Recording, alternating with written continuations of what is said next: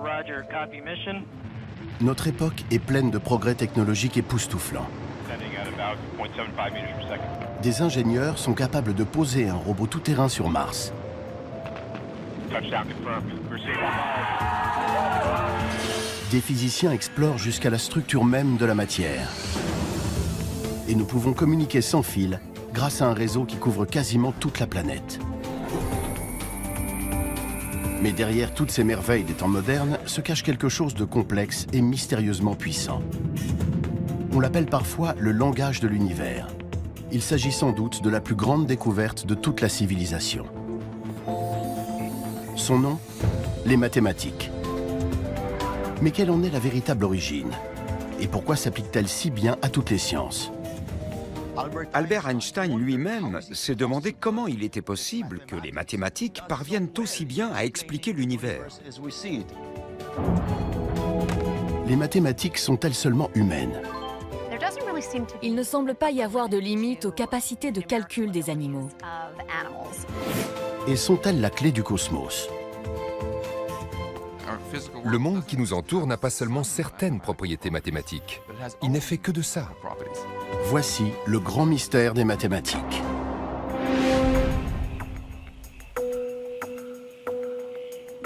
De tout temps, les êtres humains ont recherché dans la nature des motifs, des schémas récurrents, des cycles.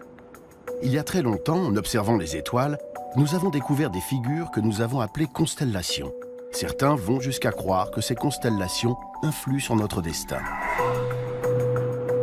Nous avons vu le jour laisser place à la nuit, et vice-versa. Nous avons aussi observé la succession des saisons, et avons appelé ce cycle le temps. Nous percevons des symétries dans le corps humain, comme dans les rayures du tigre. Nous reproduisons ces divers motifs dans nos créations, aussi bien dans les œuvres d'art que dans l'architecture de nos villes.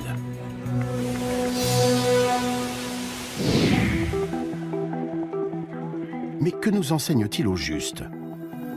Pourquoi la spirale d'une coquille de nautile est-elle aussi semblable à celle que forme une galaxie?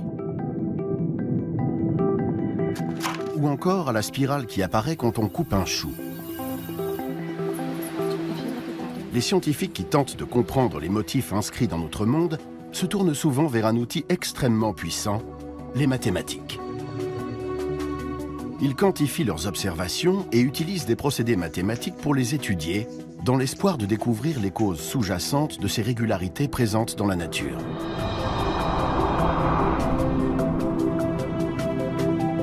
Ils ont ainsi pu révéler le secret des orbites elliptiques des planètes, tout comme celui des ondes électromagnétiques qui relient nos téléphones portables.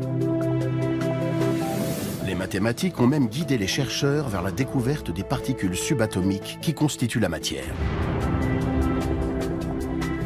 Dès lors, on peut se demander pourquoi cette méthode fonctionne-t-elle? La réalité possède-t-elle une nature mathématique inhérente ou les mathématiques sont-elles seulement le produit de notre cerveau?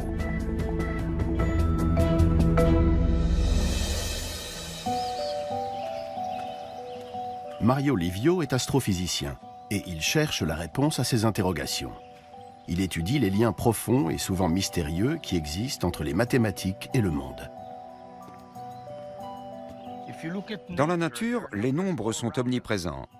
Prenez les fleurs par exemple. Il y a beaucoup de fleurs qui ont 3 pétales, comme celle-ci, ou 5 comme celle-là. Certaines en ont 34, d'autres 55. Eh bien, ces nombres se retrouvent très souvent. Ces nombres pourraient paraître aléatoires, mais ils appartiennent tous à ce qu'on appelle la suite de Fibonacci, une suite de nombres entiers qui a été introduite par un mathématicien du XIIIe siècle.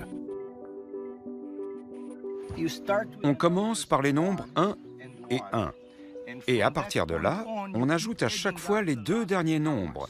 Donc 1 plus 1 égale 2, 1 plus 2 égale 3, 2 plus 3 égale 5, 3 plus 5 égale 8, et ainsi de suite. 8 siècles plus tard, cette suite a priori arbitraire fascine de nombreux chercheurs, qui voient une explication à des manifestations aussi diverses que la beauté humaine ou les fluctuations de la bourse. Et si rien n'a été prouvé, il faut reconnaître que l'évolution affiche une étrange préférence pour ces nombres. Cette suite apparaît fréquemment dans la nature. La suite de Fibonacci s'applique au nombre de pétales des fleurs, en particulier des pâquerettes. Mais ce n'est pas tout. Statistiquement, les nombres de Fibonacci apparaissent très souvent en botanique. Par exemple, si on observe la base d'une pomme de pin, on distingue des spirales formées par les écailles. Si on compte ces spirales, on obtient généralement un nombre de Fibonacci. Puis, si on compte les spirales dans le sens inverse, on trouve un nombre de Fibonacci adjacent. Il en va de même pour les graines du tournesol. Elles forment deux séries de spirales. Et si on les compte dans chaque direction, on obtient à chaque fois un nombre de Fibonacci.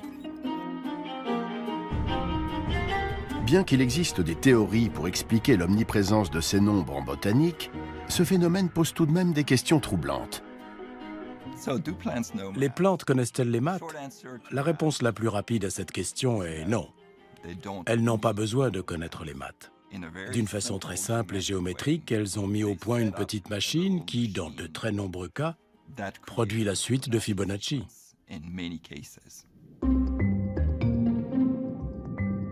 Les liens énigmatiques entre le monde physique et les mathématiques ont des racines très profondes. Quiconque a fait un peu de géométrie connaît le nombre pi. Il exprime le rapport de la circonférence d'un cercle à son diamètre. La séquence de ces décimales se poursuit à l'infini, sans aucune périodicité. En 2013, elle a été calculée jusqu'à 12 100 milliards de décimales. Et pourtant, le nombre pi est loin de se limiter à ça. Pi apparaît dans une myriade d'autres phénomènes qui n'ont, du moins à première vue, rien à voir avec les cercles. On le retrouve notamment dans la théorie des probabilités. Prenons une aiguille dont la longueur est égale à la distance qui sépare les lignes sur cette feuille de papier. Admettons que je laisse tomber cette aiguille sur la feuille. Parfois, en tombant, l'aiguille chevauche une ligne. Et parfois, elle tombe entre les lignes. Or, il s'avère que la probabilité de voir tomber l'aiguille à cheval sur une ligne est d'exactement 2 sur pi, soit environ 64%. Ça signifie qu'en principe, je pourrais laisser tomber cette aiguille des millions de fois, compter les fois où elle chevauche une ligne et les fois où ce n'est pas le cas.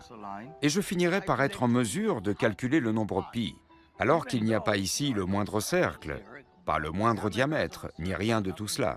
C'est incroyable.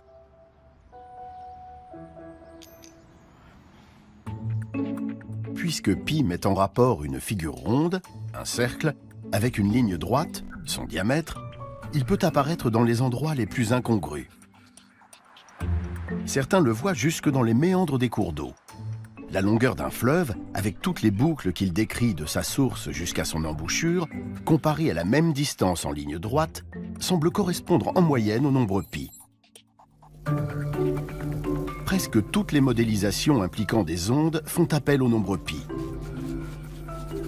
C'est valable pour la lumière et pour le son. Pi détermine quelles couleurs doivent apparaître dans un arc-en-ciel et quel son doit produire le do central sur un piano. Pi se retrouve dans les pommes, à travers la forme sphérique que produit la croissance des cellules, mais aussi dans l'éclat d'une supernova. Un auteur a trouvé une image éloquente. C'est comme apercevoir Pi sur une multitude de sommets qui émergent d'une vallée embrumée. Nous savons qu'il existe une façon de tous les relier, mais elle ne saute pas forcément aux yeux.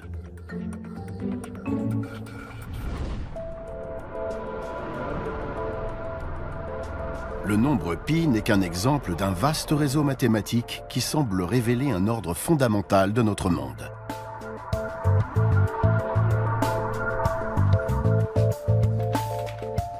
Max Tegmark, physicien au MIT, pense savoir pourquoi. Il voit des similarités entre notre monde et celui d'un jeu vidéo.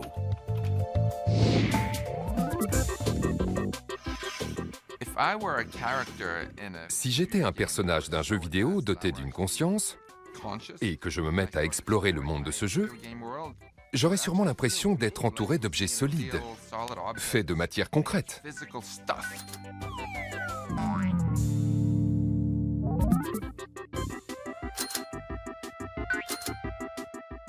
Mais si je me mettais à étudier, en physicien curieux que je suis, les propriétés de ce monde, les équations qui font se mouvoir les choses ou qui confèrent à la matière ses propriétés, je finirais par découvrir que toutes ces propriétés sont en fait mathématiques.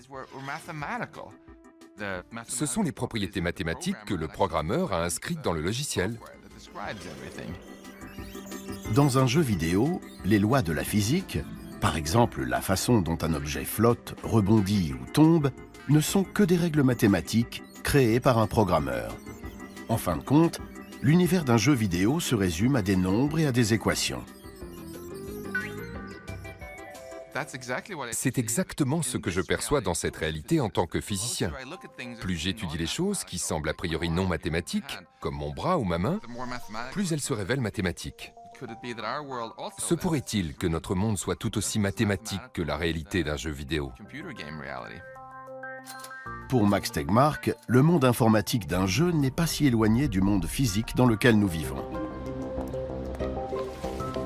Il estime que si les mathématiques fonctionnent aussi bien pour décrire la réalité, c'est parce qu'au fond, la réalité n'est que mathématique.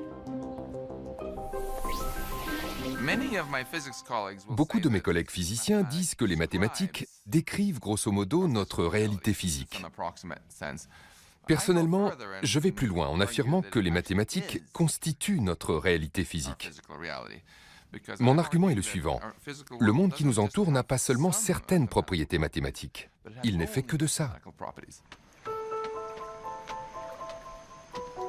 Selon le physicien, notre réalité physique est un peu comme une photo numérique.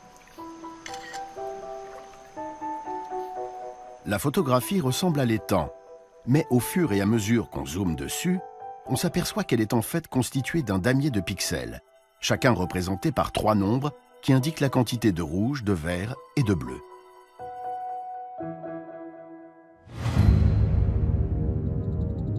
Bien que l'univers soit immense et complexe, d'où la multitude de nombres nécessaires à sa description, Max Tegmark considère que sa structure mathématique sous-jacente est étonnamment simple. Elle ne serait constituée que de 32 nombres, de certaines constantes, comme la masse des particules élémentaires, et de quelques équations mathématiques utiles, les lois fondamentales de la physique. Le tout tient sur un seul pan de mur, mais il reste encore quelques points d'interrogation. Même si on ne sait pas exactement ce qui va se retrouver dans ce cadre, je suis intimement convaincu que ce seront des équations mathématiques et que tout est fondamentalement mathématique. Cette idée selon laquelle les mathématiques ne décrivent pas seulement la réalité, mais en constituent l'essence même, rappelle le film Matrix. Aussi révolutionnaire qu'elle puisse sembler, elle est profondément enracinée dans l'histoire.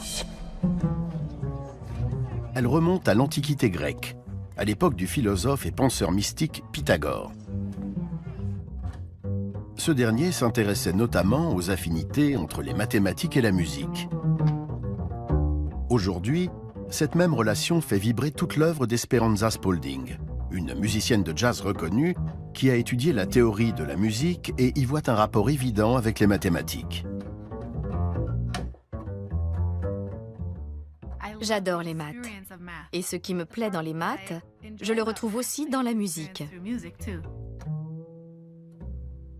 Au début, on ne fait qu'apprendre de petites équations, mais on a déjà un rapport viscéral avec le produit de ces équations, à savoir le son, la musique, l'harmonie et toutes ces belles choses. Je suis bien meilleure en musique qu'en maths, mais j'ai une passion pour les maths. Les deux demandent autant de boulot. Pour les deux, il faut se remuer les méninges. Il faut se remuer les méninges. Les Grecs anciens avaient identifié 3 types de relations entre les notes comme très agréables à l'oreille. On les dénomme aujourd'hui l'octave, la quinte et la quarte. L'octave, c'est facile à mémoriser. Ce sont les 2 premières notes de Over the Rainbow. C'est une octave.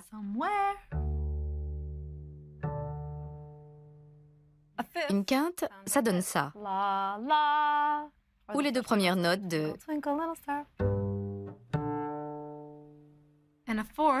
Et une quarte, ça fait...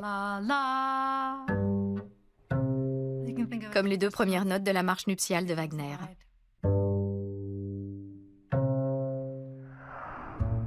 Au VIe siècle avant Jésus-Christ, Pythagore aurait découvert que ces rapports musicaux harmonieux correspondaient en fait à des rapports mathématiques, et ce, en mesurant la longueur des cordes vibrantes. Dans le cas de l'octave, la longueur de corde crée un rapport de 2/1. Pour la quinte, le ratio est de 3/2. Et pour la quarte, il est de 4/3. Quand on découvre un schéma commun à tous les sons, il y a de quoi s'interroger. Si ça existe pour le son, et si c'est une vérité universelle pour tous les sons, alors ce rapport existe peut-être dans tous les autres domaines, n'est-ce pas? Les pythagoriciens avaient pour les nombres une véritable vénération. Le fait que de simples rapports puissent produire des sons harmonieux était la preuve d'un ordre occulte du monde naturel. Et cet ordre était fait de nombres. Il s'agit là d'une conception révolutionnaire que les mathématiciens et les autres scientifiques contemporains continuent d'explorer. En fait, quantité d'autres phénomènes physiques obéissent à des rapports simples. Le rapport de 2/1 entre les atomes d'hydrogène et les atomes d'oxygène qui composent l'eau. Le rapport de 1/1 qui correspond au nombre de fois que la Lune tourne autour de la Terre par rapport à sa propre rotation. Ou le rapport de 3/2 qui décrit le fait que Mercure tourne 3 fois sur elle-même quand elle parcourt 2 fois son orbite autour du Soleil. Dans la Grèce antique, Pythagore et ses disciples ont eu une profonde influence sur un autre philosophe grec, Platon, dont les thèses trouvent encore un puissant écho aujourd'hui, notamment parmi les mathématiciens. Platon était convaincu que la géométrie et les mathématiques avaient leur existence propre dans le monde des idées. Quand on dessine un cercle sur une feuille de papier, il ne s'agit pas du vrai cercle. Le vrai cercle se trouve dans le monde des idées. Ce n'est donc qu'une approximation du vrai cercle, et il en va de même pour toutes les autres figures. Platon avait une passion pour ces 5 polyèdres qu'on appelle aujourd'hui les solides de Platon. Il a établi une équivalence entre chacun de ces solides et chaque élément constitutif du monde tel qu'il le voyait. Le cube, le plus stable des 5, représentait la Terre. Le tétraèdre, avec ses angles pointus, était le feu. L'octaèdre, aux lignes dynamiques, symbolisait l'air. Quant à l'icosaèdre, doté de 20 faces, il correspondait à l'eau. Pour finir, le dodécaèdre était le solide qui symbolisait le cosmos dans son ensemble. Les formes mathématiques de Platon étaient donc la version idéale de la réalité qui nous entourait, et elles existaient dans leur propre monde. Même si l'on peut trouver farfelue l'idée que les mathématiques existent dans un monde à part, depuis lequel elles façonneraient le monde visible, c'est une conception dont beaucoup de scientifiques se sentent proches, aujourd'hui encore. Ils ont l'impression, en faisant des maths, de découvrir quelque chose qui existe déjà. Dans mon expérience de mathématicienne, les maths relèvent de la découverte. Pour moi, il existe quelque chose que j'essaie de trouver, de comprendre et de toucher. Moi qui ai eu la chance de faire des découvertes mathématiques, j'ai toujours eu l'impression qu'il existait quelque chose avant que je le trouve. Je dirais que les maths, c'est plus une découverte qu'une invention. Je suis convaincue qu'une réalité correspond à ce que nous étudions en mathématiques. Quand nous faisons bien notre travail, nous découvrons quelque chose sur la façon dont notre cerveau fonctionne en interaction avec le monde. Mon métier consiste à ça. J'arrive au bureau, je m'assieds devant mon tableau blanc et je tente de comprendre cette réalité qui existe quelque part. De temps en temps, j'en découvre une nouvelle partie. Voilà. Pour beaucoup de mathématiciens, les mathématiques sont perçues comme une série de découvertes plutôt que d'inventions. Mais est-ce seulement une impression ? Est-il possible que les mathématiques soient un pur produit du cerveau humain? Voici Sham, un véritable génie des maths. 800 on the SAT math. That's pretty good. And you took it when you were how old? 11. 11. Wow, that's like a perfect score. D'où vient le talent de Sham pour les maths? Il est en fait possible de localiser son origine et tout se trouve dans sa tête.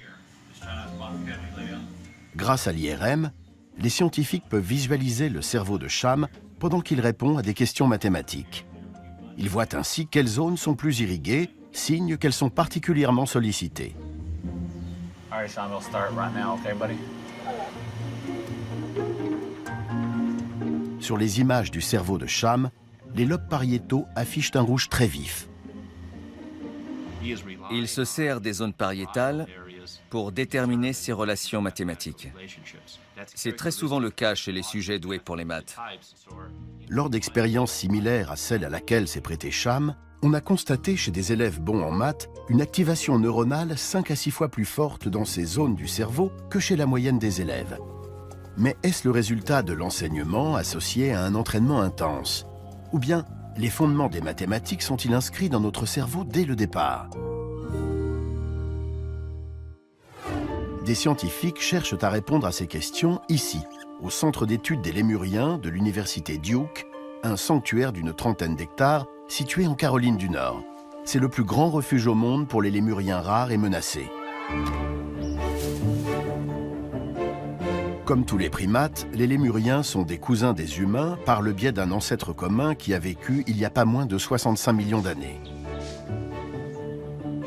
Les chercheurs pensent que les lémuriens partagent de nombreuses caractéristiques avec ce primate primitif, ce qui fait d'eux une petite fenêtre ouverte sur nos origines.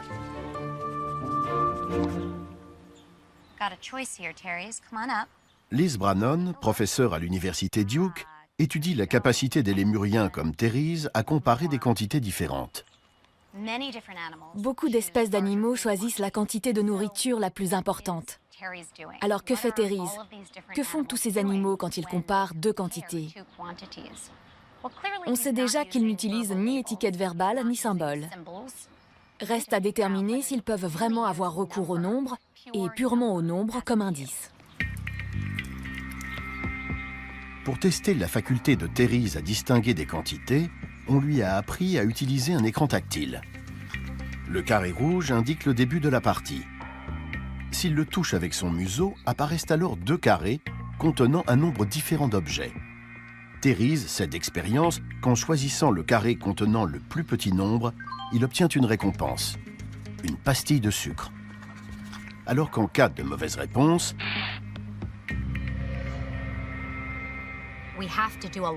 nous devons veiller à ce qu'il soit attentif au nombre et à rien d'autre. Afin de s'assurer que l'animal réagit bien au nombre d'objets et à aucun autre paramètre, la chercheuse fait varier la taille, la couleur et la forme des objets présentés. Après avoir répété l'expérience des milliers de fois, elle a démontré que les lémuriens et les macaques rhésus pouvaient apprendre à choisir la bonne réponse. Ce qui est sûr, c'est que Therese ne dispose ni du langage, ni de symboles pour les nombres. Alors est-ce qu'il compte? Est-ce qu'il fait comme les enfants quand ils récitent les nombres 1, 2, 3? Non. Pourtant, il semble bel et bien se montrer attentif au concept tout à fait abstrait que représente un nombre. Les lémuriens et les macaques rhésus ne sont pas les seuls animaux dotés de cette perception primitive des nombres. Les rats, les pigeons, les poissons, les ratons laveurs, les insectes, les chevaux et les éléphants montrent tous une réceptivité à la quantité. C'est aussi le cas des nourrissons chez l'être humain.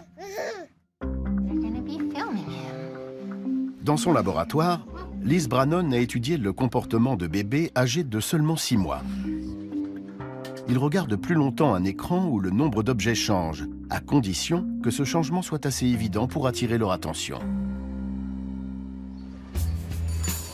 Liz Brannon a aussi fait participer des étudiants. Elle leur a demandé de ne pas compter, mais de répondre le plus vite possible à un test de comparaison de quantité sur écran tactile. Leurs résultats se sont révélés presque identiques à ceux des lémuriens et des macaques rhésus. En fait, il y a des sujets humains moins doués que nos singes et d'autres qui le sont bien plus.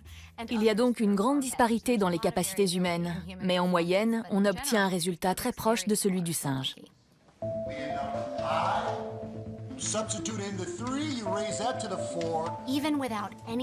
Même sans avoir reçu d'enseignement mathématique, même sans avoir appris de mots ou de symboles correspondant aux nombres, nous aurions toujours une perception primitive des nombres. Cette capacité innée à distinguer les nombres semble être fondamentale, et sans elle, nous serions très probablement incapables de concevoir l'idée même de mathématiques symboliques. Les éléments constitutifs des mathématiques sont donc peut-être préprogrammés dans notre cerveau et font partie de l'éventail d'outils nécessaires à notre survie, comme notre capacité à reconnaître des motifs ou encore notre perception du temps. Et c'est à partir de ces fondations que nous avons su bâtir l'une des plus grandes inventions de la culture humaine, les mathématiques. Mais l'énigme reste entière. Si tout ça, c'est seulement dans notre tête, alors comment expliquer que les maths soient aussi efficaces? À travers la science, la technologie et l'ingénierie, elles ont transformé la planète et nous ont même permis de découvrir un autre monde. C'est justement ce qui occupe les ingénieurs de ce centre de la NASA, situé à Pasadena, en Californie. Roger, copy mission. Coming up on the tree. En 2012, Sky Crane has started. ils ont posé un robot tout-terrain Descending at about 0.75 meters per second as expected.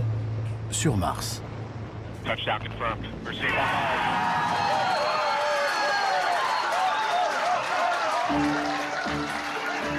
Adam Stelzner a dirigé l'équipe d'ingénieurs qui a conçu le système d'atterrissage. Leur travail reposait sur une découverte révolutionnaire qui remonte à la Renaissance. Celle qui a fait des mathématiques le langage de la science. La loi de la chute des corps. Le philosophe grec Aristote enseignait que les objets lourds tombaient plus vite que les objets plus légers. C'est une idée qui, du moins en surface, semble logique, y compris sur cette surface qui est une reconstitution du sol de Mars et où sont réalisés les essais grandeur nature des véhicules robotisés. Le raisonnement d'Aristote était le suivant. La vitesse de chute des objets est proportionnelle à leur poids. Ça paraît sensé. Tellement sensé que cette conception a perduré pendant près de 2000 ans, jusqu'à ce qu'elle soit remise en cause à la fin du XVIe siècle par le mathématicien italien Galilée. Galilée aurait lâché 2 boulets de canon de poids différents depuis la tour de Pise. Ok, on n'est pas à Pise et on n'a pas de boulet de canon, mais on a une boule de bowling et une balle en caoutchouc. Pesons-les. On va commencer par la boule de bowling. 15 livres, soit environ 7 kilos. Et la balle en caoutchouc, 100 grammes, soit 70 fois moins. Faisons-les tomber. D'après Aristote, la boule de bowling devrait tomber plus de 70 fois plus vite que la balle en caoutchouc. Elle semble tomber à la même vitesse. Mais c'est un peu court comme chute. On devrait peut-être essayer de plus haut.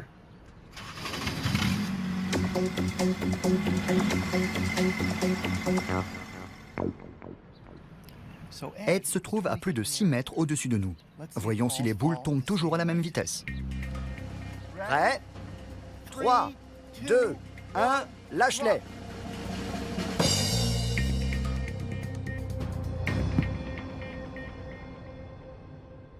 Galilée avait raison.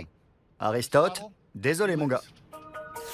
L'expérience de la plume et du marteau est trompeuse à cause de la résistance de l'air.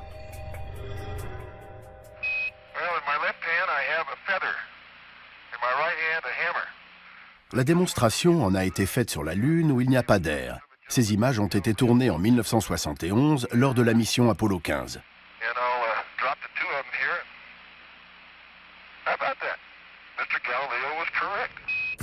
Petite balle, ballon de foot. Contre toute attente, pastèque. Si l'on retire l'air de l'équation, tout tombe à la même vitesse. Y compris Aristote.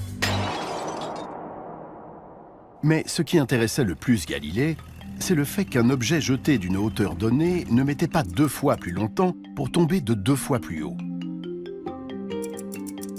l'objet accélérait. Mais comment mesurer ce phénomène? La chute est si rapide qu'on peut à peine l'observer.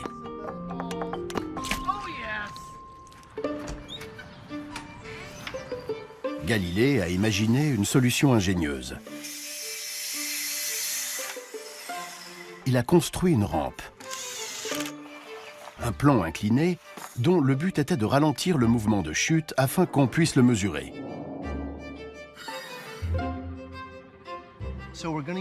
On va se servir de cette rampe pour déterminer la relation entre la distance et le temps.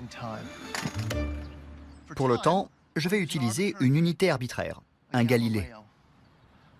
Un Galilée. La longueur de rampe parcourue en un Galilée devient une unité de distance. Notre boule a parcouru une unité de distance en une unité de temps. Essayons maintenant de doubler la durée. Un Galilée, 2 Galilées. En 2 unités de temps, la boule a parcouru 4 unités de distance.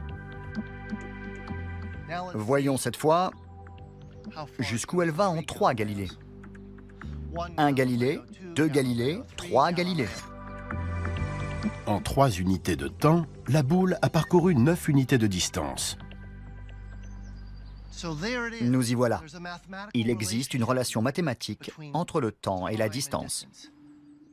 La bonne idée qu'a eue Galilée a permis de démontrer que la chute des corps suivait des lois mathématiques. La distance parcourue par la boule est directement proportionnelle au carré de la durée.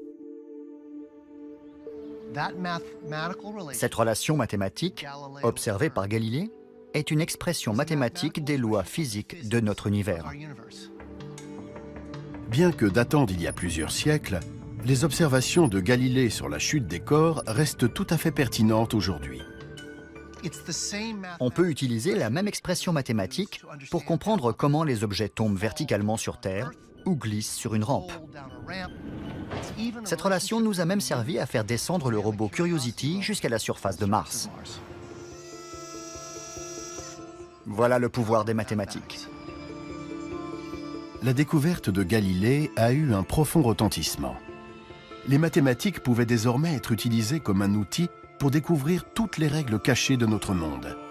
Galilée aura plus tard une formule restée célèbre: l'univers est écrit en langage mathématique.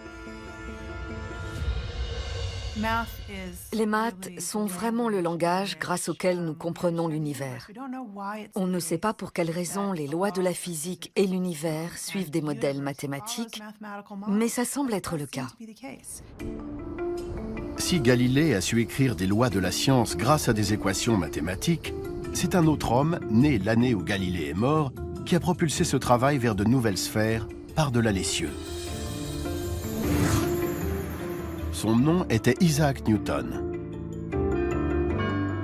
Il travaillait ici, au Trinity College de Cambridge, en Angleterre. Newton s'amusait à cultiver sa réputation de génie solitaire.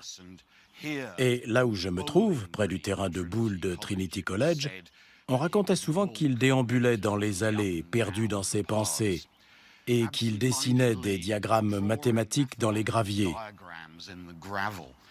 Il paraît même que les responsables de l'université avaient pour ordre de ne pas le déranger, de ne pas faire ratisser les graviers après son passage, et ce pour éviter d'effacer par mégarde une découverte scientifique de premier plan.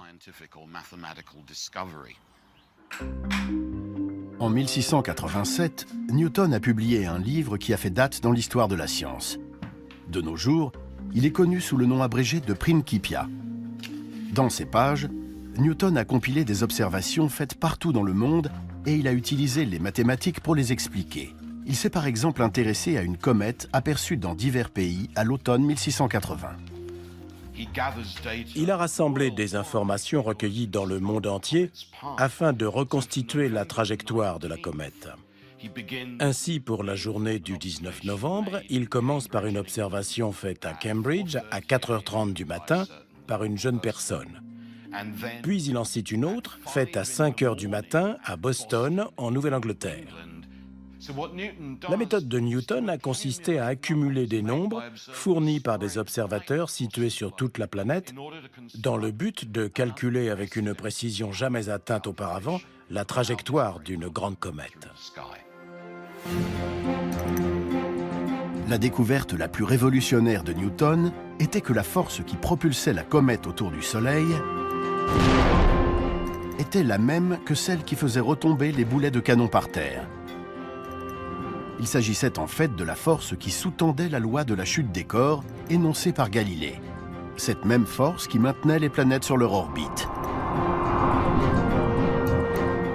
Newton a nommé cette force la gravité et l'a décrite avec précision par une équation étonnamment simple qui explique comment deux masses s'attirent réciproquement, que ce soit ici sur Terre ou partout ailleurs dans l'immensité de l'univers. Le plus impressionnant, le plus spectaculaire, c'est qu'une seule et unique loi mathématique donne la clé du mouvement dans l'univers tout entier. Aujourd'hui, on peut même voir cette force à l'œuvre au-delà de la Voie lactée. This is a picture of two galaxies that are actually being drawn together in a merger. This is how galaxies build themselves. Yeah. Right.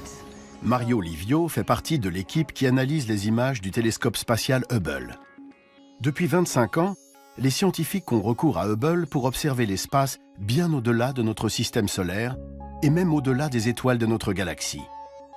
Ce télescope a permis de voir les lointains nuages de gaz qui forment les nébuleuses, ainsi qu'un grand nombre de galaxies en rotation dans l'univers à des milliards d'années-lumière de notre planète. Et ce que montrent ces images, c'est qu'à travers tout l'univers observable, aussi loin que le télescope puisse voir, la loi de la gravité s'applique toujours. Newton a écrit les lois de la gravité uniquement à partir de phénomènes qu'il avait pu constater sur Terre ou entre les planètes du système solaire. Or, ces mêmes lois s'appliquent à toutes ces galaxies lointaines et vont jusqu'à les façonner. Toutes leurs caractéristiques, que ce soit leur formation ou leur mouvement, sont régies par ces mêmes lois mathématiques. Quelques-uns des plus grands génies de l'humanité se sont étonnés de l'omniprésence des mathématiques dans l'univers. Einstein lui-même s'est demandé comment il était possible que les mathématiques, qu'il voyait comme le fruit de la pensée humaine, parviennent aussi bien à expliquer l'univers observable. Quant au prix Nobel de physique, Eugene Wigner, il a eu cette formule, la déraisonnable efficacité des mathématiques. Pour lui, le fait que les mathématiques puissent décrire si précisément l'univers, en particulier par les lois de la physique, est un cadeau que nous ne comprenons pas et que nous ne méritons pas. En physique, les exemples de cette déraisonnable efficacité ne manquent pas. Il y a près de 200 ans, lorsque la planète Uranus semblait dévier de son orbite prévue, les scientifiques ont fait confiance à leurs calculs mathématiques qui leur indiquaient qu'elle devait être attirée par une autre planète invisible. C'est ainsi qu'ils ont découvert Neptune. Les mathématiques avaient prédit l'existence d'une planète jusqu'alors inconnue. Si on formule une question correctement, les mathématiques donnent forcément la réponse. Imaginez que vous avez un assistant aux capacités bien supérieures aux vôtres. Vous pouvez lui demander n'importe quoi, du moment que vous lui parlez correctement, il le fera. Et il vous conduira jusqu'à la vérité, jusqu'à la réponse finale.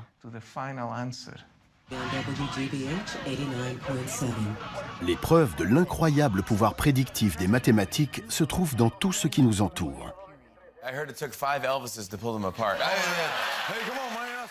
La télévision, la radio, les téléphones portables, les satellites, les babyphones, le Wi-Fi, les télécommandes de portes de garage, les GPS, et oui, peut-être même la télécommande de votre télé. Tous ces appareils utilisent des ondes d'énergie invisibles pour communiquer. Et personne ne savait qu'elles existaient avant les travaux de James Maxwell, un physicien et mathématicien écossais. Dans les années 1860, il a publié une série d'équations qui montraient que l'électricité et le magnétisme étaient liés, mais aussi que l'un pouvait générer l'autre et vice-versa. Ces équations contenaient aussi une prédiction étonnante. Ensemble, l'électricité et le magnétisme pourraient produire des ondes d'énergie se déplaçant dans l'espace à la vitesse de la lumière. Maxwell venait de prédire l'existence des ondes électromagnétiques. La théorie de Maxwell nous a annoncé les ondes radio, les rayons X, autant de choses dont on n'avait pas connaissance à l'époque. Elle avait donc une portée extraordinaire. De nombreux chercheurs ont alors voulu trouver ces fameuses ondes. Une tentative sur laquelle sans doute peu auraient misé a eu lieu ici, dans le nord de l'Italie, dans le grenier de cette propriété familiale. Le jeune Guglielmo Marconi n'a alors que 20 ans. Il commence par générer une série d'étincelles. La décharge électrique crée un champ magnétique temporaire qui, à son tour, génère un champ électrique temporaire, qui crée un autre champ magnétique. L'énergie se déplace entre les deux champs, propageant une onde électromagnétique.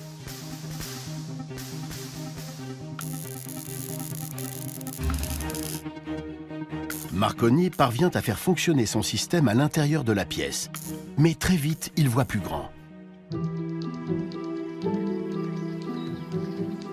En l'espace de quelques semaines, il érige une grande antenne à côté de la propriété. Elle doit amplifier les ondes en provenance de son générateur d'étincelles. Il demande ensuite à son frère et à un assistant d'aller installer un récepteur à l'autre bout de la propriété, sur l'autre versant de la colline. Les deux hommes partent avec un fusil qu'ils sont censés utiliser s'ils parviennent à recevoir le signal.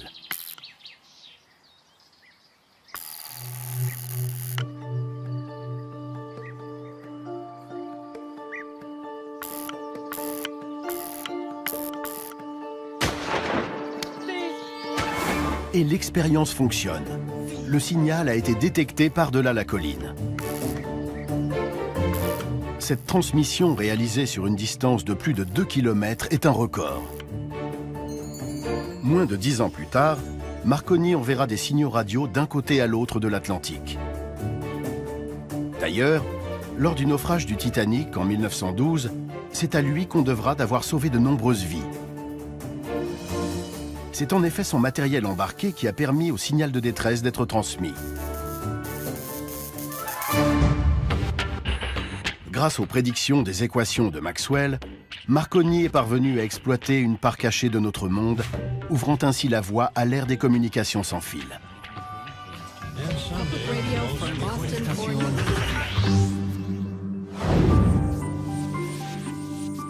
Depuis Maxwell et Marconi, le pouvoir prédictif des mathématiques n'a fait que se confirmer, en particulier dans le monde de la physique.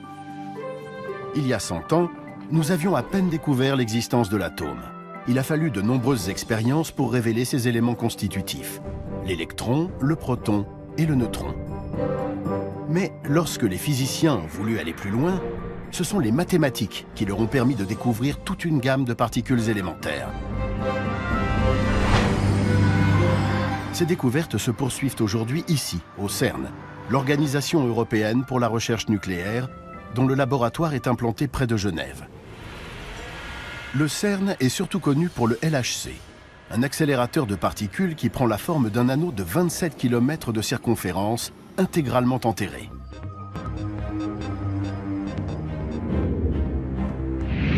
Ce projet, d'un budget de 10 milliards de dollars, dont la réalisation a demandé des décennies, avait un but largement médiatisé, à savoir la recherche de l'une des clés de voûte de l'univers. Une particule subatomique dont l'existence avait été prédite mathématiquement près de 50 ans plus tôt par Robert Brout et François Englert en Belgique et Peter Higgs en Écosse. Higgs a travaillé avec les équations de physique les plus récentes de son époque. Et au terme de calculs interminables, il a prédit que si on construisait une machine très sophistiquée pour faire entrer en collision des particules à une vitesse proche de celle de la lumière, on découvrirait une nouvelle particule, à condition que ces calculs soient exacts. La découverte du boson de Higgs serait la preuve de l'existence du champ de Higgs, une sorte de mélasse cosmique qui donne une masse à toute la matière. Au quotidien, cette masse correspond pour nous au poids des choses. Sans masse, toutes les particules se déplaceraient à la vitesse de la lumière et ne s'associeraient jamais pour former des atomes. Le champ de Higgs est d'ailleurs un concept tellement fondamental pour la physique que le boson de Higgs a été surnommé la particule de Dieu.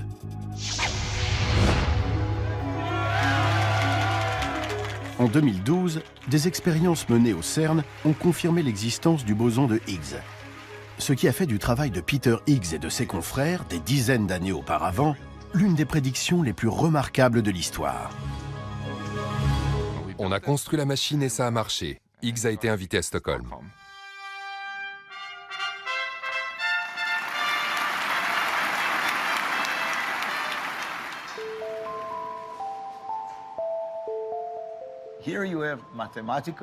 Des théories mathématiques ont donc prédit de façon très précise l'existence possible de particules fondamentales de l'univers.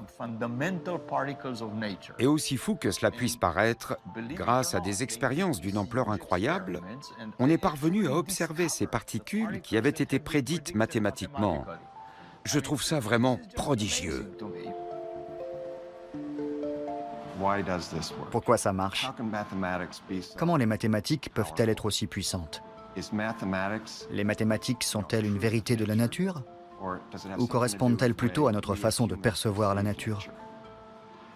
Pour moi, c'est une énigme fascinante et je n'ai pas la réponse. En physique, les mathématiques ont connu un grand nombre de succès. Mais s'agit-il vraiment d'une efficacité déraisonnable? Tout le monde n'est pas de cet avis. C'est une illusion. Parce que selon moi, on a décidé de bâtir la physique à partir de connaissances et d'outils mathématiques hérités du passé. Et parmi tous les phénomènes à expliquer, on a fait le choix d'étudier des choses susceptibles de l'être grâce à ces outils. Mais il existe quantité d'autres phénomènes sur lesquels ces méthodes sont inefficaces. Du fait du succès des modèles mathématiques en physique, on a tôt fait de négliger les domaines où ils se montrent moins performants, comme les prévisions météorologiques. Les météorologues prévoient le temps pour la semaine à venir, mais rarement au-delà. Car dans les prévisions à plus long terme, les petites erreurs se retrouvent vite amplifiées. Le temps qu'il peut faire est une notion trop complexe pour être modélisée avec précision. Et ce n'est pas là le seul exemple. Il en va de même pour le comportement de l'eau en ébullition, les variations des cours de la bourse, les interactions des neurones à l'intérieur du cerveau, quasiment toute la psychologie humaine et une partie de la biologie. Les systèmes biologiques ou économiques sont très difficiles à modéliser avec les mathématiques. On a le plus grand mal avec ces domaines. Par conséquent, je ne pense pas que les maths soient d'une efficacité déraisonnable. Je les jugerais plutôt raisonnablement inefficaces. Personne n'a peut-être une conscience aussi aiguë du pouvoir et des limites des mathématiques que ceux qui s'en servent pour concevoir et fabriquer des objets, les ingénieurs. Dans leur travail, l'élégance des maths se heurte au fouillis de la réalité. Et c'est l'esprit pratique qui fait la différence. Les mathématiques, et en un sens les mathématiciens, c'est le domaine de l'absolu. Les ingénieurs, eux, c'est le domaine de l'approximatif. Ce qui nous intéresse fondamentalement, c'est l'aspect pratique. C'est pour ça qu'il nous arrive souvent de faire des approximations ou de mettre certains termes dans les équations afin que les choses soient suffisamment simples pour correspondre à nos besoins.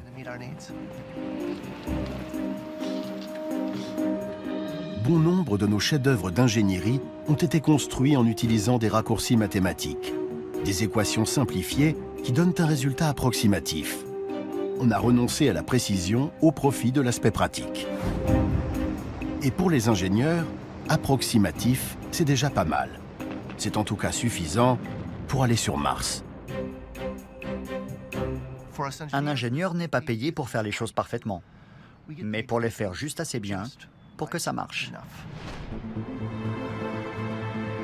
De nombreux physiciens jugent troublante l'exactitude avec laquelle les mathématiques parviennent à révéler les secrets de l'univers, comme si cette science était inscrite au plus profond de la nature.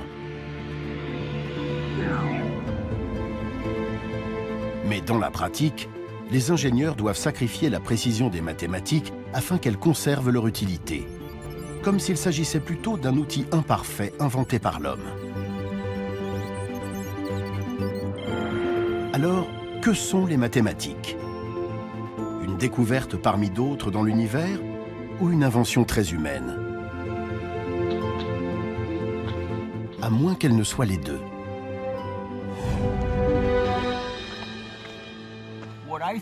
Mon avis sur les mathématiques, c'est qu'il s'agit d'un assemblage complexe d'inventions et de découvertes. Pour l'illustrer, on peut prendre l'exemple des nombres entiers naturels, 1, 2, 3, 4, 5, etc. Je crois qu'ils sont nés de l'observation de la nature.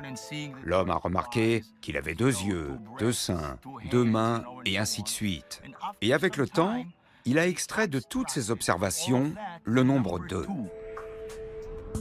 D'après Mario Livio, le nombre 2 est un concept inventé, tout comme les autres entiers naturels. Mais par la suite, les gens se sont aperçus que ces nombres avaient toutes sortes de relations complexes. Il s'agissait alors de découvertes. On a inventé un concept, mais ensuite, on a découvert les relations entre ces différents concepts. Serait-ce donc ça la réponse? Que les maths ont été à la fois inventées et découvertes? C'est les deux à la fois. Certes, on a l'impression de découvrir une réalité préexistante, mais c'est aussi le fruit de notre nature créative. Nous avons beau avoir des pistes pour répondre à cette question, il est impossible de trancher.